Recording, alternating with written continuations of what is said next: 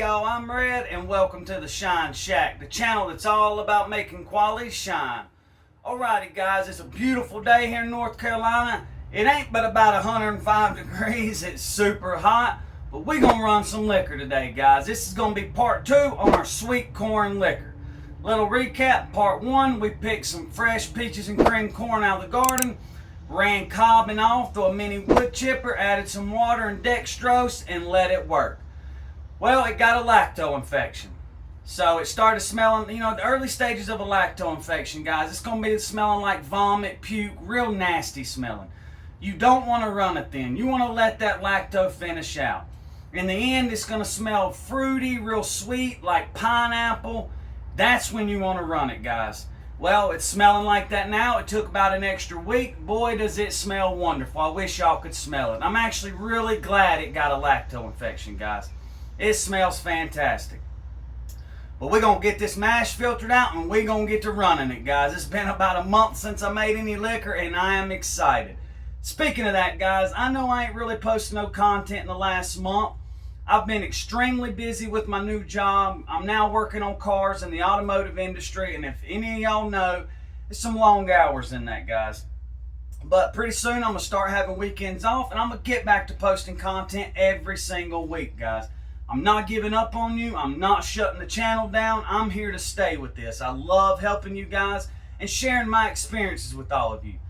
But alrighty, we're going to get this mash filtered out and we're going to get to running it, guys. I'm excited to make this good sweet corn liquor. If y'all could do a few things for me, please like, subscribe, and tell a friend, guys. It really helps the channel out. Let's get this mash filtered out and let's get to making some damn liquor, guys. Stay tuned now. Alrighty, guys, here's what it looks like with that finished lacto infection. Real powdery like web all over the top. It smells amazing. Like, it smells like you just cut a fresh pineapple with some citrus almost. It smells wonderful. This is my digital hydrometer, and I have to put this bucket in there to keep the cap from messing with it. It's got to float freely. But you can see that lacto all over everything. This is done working off. There's a little bit of the sweet corn still around the top, but it's been done working off for about a week now. I'm just now getting time to run it. Like I said, I've been extremely busy. What we're going to do, guys, is we're just going to scrape this web off the top. You can put it in a mason jar if you want to and store it in the refrigerator. And you can inoculate another mash with lactobacillus later on if you want to. But we're just going to scrape all this off and then we're going to pump it out and filter it like we usually do. Alrighty, guys, I'm going to show you how to save some of this lacto. First, you want to take some Star San and take you a mason jar. Spray it with Star San really good on the inside, on the rim. You want to be really clean with this because you don't want anything else. We just want the lacto and maybe a little yeast. There's other bacteria you could pick up and you don't want none of that. It'll ruin your mash when you dump it in there later on. I like to spray a bunch in there, put the lid on it, give it a really good shake.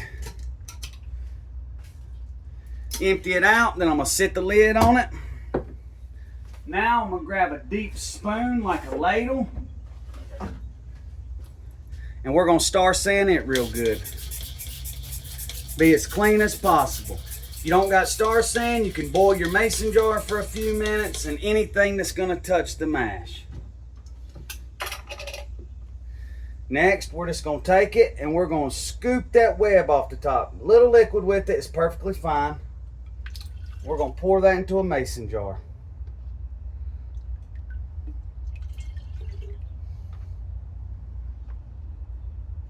The little grain in there, that's fine. Now, if you're going to store this for like a month, I would filter that grain out. Sanitize some cheesecloth or a colander and filter it out. I'm going to use this lacto in about a week, so I'm not filtering it out. Just keep getting as much as that web as possible. I'm going to stop right here. That's enough. Then when we make our mash next time, I will dump this in there to inoculate it with lactobacillus. That's all there is to it. I'm going to sanitize the lid one more time. And then now I'm going to put this lid on here loosely and I'm going to stick it in my refrigerator out here in the Shine Shack. Then after about a couple days, I'll tighten that lid all the way down. there's a chance it's going to build up some gas at first, some pressure, some CO2, and you don't want that to explode on you. So you need to let it breathe, guys. Alrighty, y'all, we're going to start filtering it through a cheesecloth. We want to make sure we get all the grain particles and stuff out. We don't want to scorch anything. If you scorch a little bit of grain in your still, you'll ruin a whole bunch of liquor, guys. I always take extra precaution and pump it over. And then instead of letting it go straight into the still, I let it go in a bucket so I can see if there's any more grain particles in it. It's just an extra little step to help better your liquor, guys. Alrighty, we're going to get to filling the still up. I hope this new lighting I have in the Shine Shack, guys, helps y'all see. I know it was kind of dark in here before, so I hung up with several more shop lights.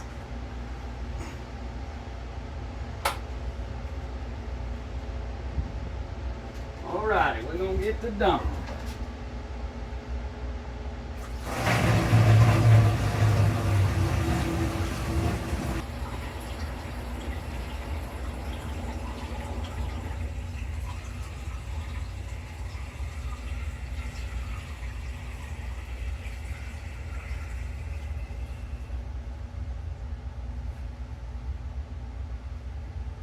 Alrighty, y'all, so I'm going to finish getting the still filled up, and I'll be back when it's time to fire up. Alrighty, y'all, so we got the still pot filled up. Next, we're going to add some of the mash to the thumper. And then I'm going to go pick some fresh sweet corn, and I'm going to cut some corn off the cob, and we're going to add some fresh sweet corn to that as well. I was going to infuse throughout the run with fresh sweet corn, but guys, I've done this mash before, and you really don't have to. You just put you a good amount of sweet corn in your thumper with some of your sweet corn mash. It does really good. I'm sure if you infuse throughout the run, it would help. Keep infusing with more corn and more mash, but I'm just going to do it one time, guys. I really don't infuse a whole lot unless I'm making a brandy. I'm going to go pick some sweet corn, guys, and I'll be right back. Alrighty, guys, I went and picked a few smaller cobs. Silks are good and dry. I'm going to show y'all how to get the corn off the cob to put in there. If you don't have fresh corn on the cob, get you some canned sweet corn. It'll work just as good. This is some corn I had on the outside row that didn't have the greatest pollination. So it don't make good eating corn. Some of this is probably Silver King and some of it's Peaches and Cream. This right here is Silver King. Just didn't get great pollination. My outside rows never do. Alright, we're going to take it like that and we're just going to cut it off. We don't want the cob. We just want the corn.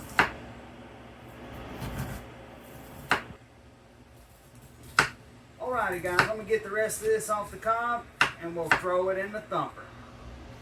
Alrighty, guys, so now we're going to get our corn put in our thumper.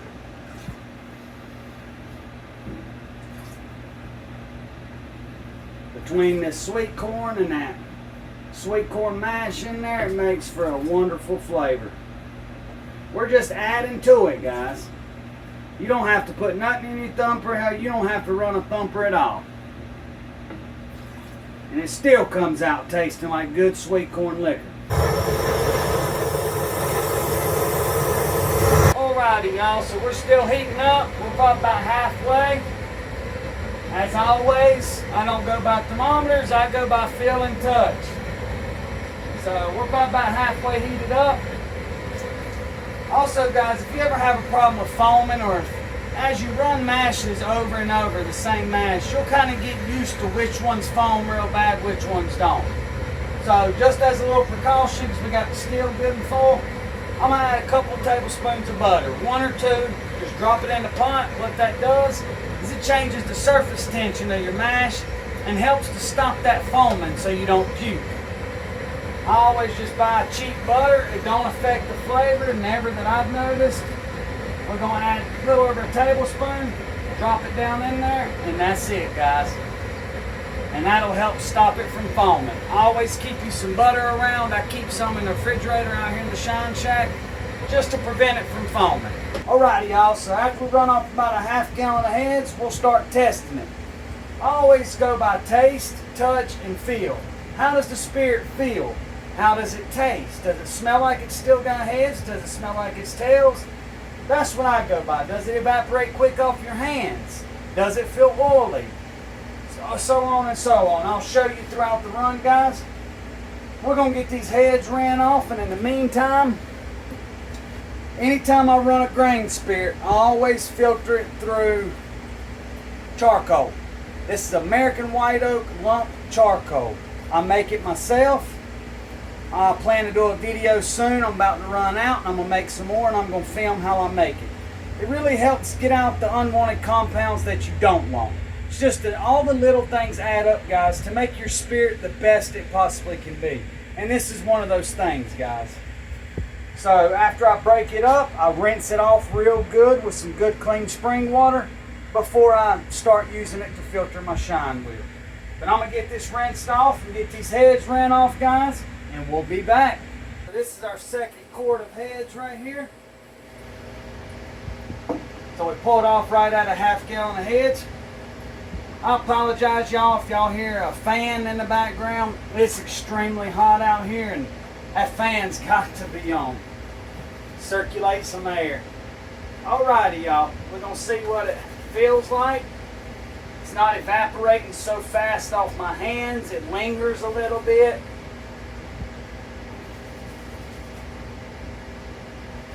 It's got a really good sweet corn smell.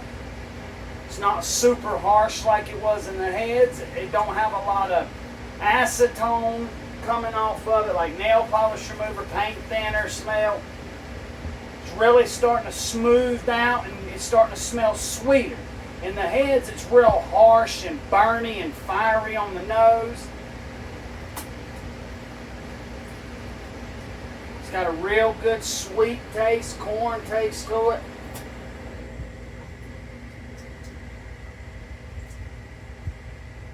Oh yeah, I'm going to let this jar fill up the rest of the way, then we'll move it over to the proofing period, guys. Always test it, sample it, smell it real good. One of the keys to making an awesome, perfect final product, the best you can possibly make, is with cuts. You can take 10 people and make the same mash, same ingredients, same still and everything, but they do their cuts differently, and you'll come up with 10 different spirits every time in the end, guys. Cuts are a big part of your final product. If I'm not going into a barrel, I like to make really clean cuts. No heads and no tails, just all hearts. But now if I'm going into a barrel, like a Bad Motivator Legacy barrel, put a link in the description box below. Y'all can go check them out if you've never heard of them. Also, like the Hillbilly glass barrels, the half-gallon mason jar ones, I'm going to add a little bit of heads, a little bit of tails. Also, guys, go check out Hillbilly Glass Barrels on Facebook. He makes a really cool wooden, high-quality wood mason jar lid. And it allows you to age in a mason jar, whether it be a quart or a half gallon. If you want something bigger and more long-term, look at Bad Motivator Legacy barrels. Same surface area as a 53-gallon barrel, allows you to age for years, not months. Alrighty, we're going to go ahead and put our charcoal filter under this bad boy. We're going to start collecting hearts. Rinse our charcoal real good. We're going to put the proofing period up under it.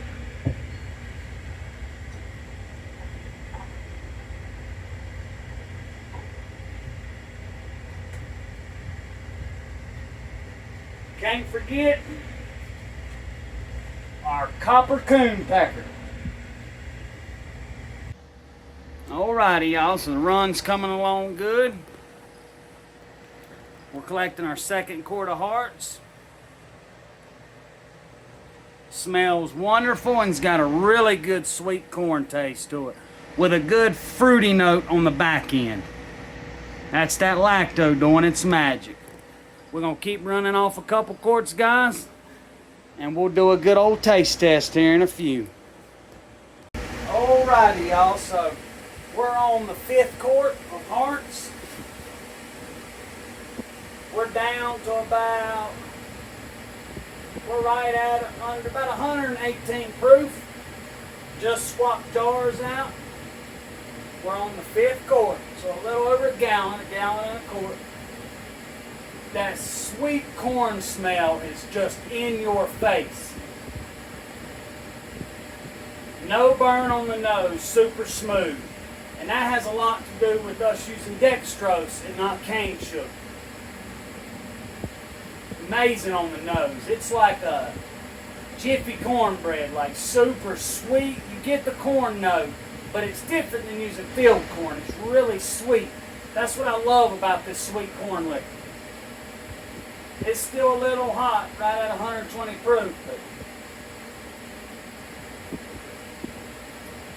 that's good. You get a all-around sweetness that coats your mouth on the front. Then that corn kicks in on the back end. And then it's like a fruitiness on the very back end. It's kind of like 3 layers. First you get a sweetness, then it turns to corn, then it turns to like a fruitiness. And that's the lacto on the end. That's the fruity character the lacto adds. And it's got a fruity character on the nose too. It's almost got the characteristics of a brandy on the nose.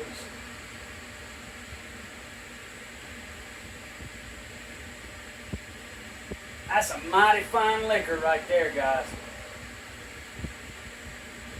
I encourage y'all to try this recipe out. I would add more sweet corn. The more sweet corn you ground up and add, the better flavor you're going to have. That's really good, guys. We're going to keep on running off a couple quarts. I'll be back when it's time to make the tails cut. And then we'll wrap everything up and shut her down. Hey, y'all. So this is our 7th quart. So we're going to pull it off right at about 7 quarts. This is right at 100 proof. That's right around the time I cut. This isn't going in a barrel, so I don't want any tails. I'm not going to waste the propane and the time to run off tails. I feel like we're right at the end of Hearts. We haven't hit tails yet, but they're definitely close. I always hit tails between 90 and 100 proof. Alrighty, y'all, so we just finished a run, just got done wrapping up, cleaning everything, broke the still out, dumped all the back set, cleaned the thumper out. I just rinse my copper still out after each run. If I'm going to let it sit for a couple months, then I'll do a cleaning run. But other than that, after each run, guys, I just take the old water hose and rinse it out with cool water, and that's it. And you want to keep that patina in there. It's like a cast iron skillet. You know, it gets seasoned. You want to keep that. Now, if you see any green or bluish color stuff in there, that's copper salts, you need to do a cleaning run. Usually, if you keep it good and dry, it's good to go. You can hang on to that patina, that seasoning layer. But guys, it was a really good run. We got 1 3/4 gallons, so we got a decent return off of it. It's fantastic on the nose. You get an explosion of sweetness on the front, and then you get that good sweet corn in the middle and a fruitiness on the back. The nose is just like an explosion. Super sweet and fruity. Some really good liquor, y'all. Some really good sweet corn liquor. It's totally different than your feed corn liquor. Now it does, in my opinion, it loses that good sweet flavor after about a month or 2. It's still really good. It still tastes like a good corn liquor. But this is just like corn on the cob. You want to eat it fresh. You want to drink this fresh, guys. I've never tried aging it. I don't really know what it tastes like that way. I've never tried it. I love it clear, guys. That's some good stuff, guys. That's some really good liquor. Y'all try out, watch part 1. Try this recipe out, guys. See what you think. Hit the comment section and let me know, guys. I want to thank y'all for stopping by. And until next time, guys, shine on.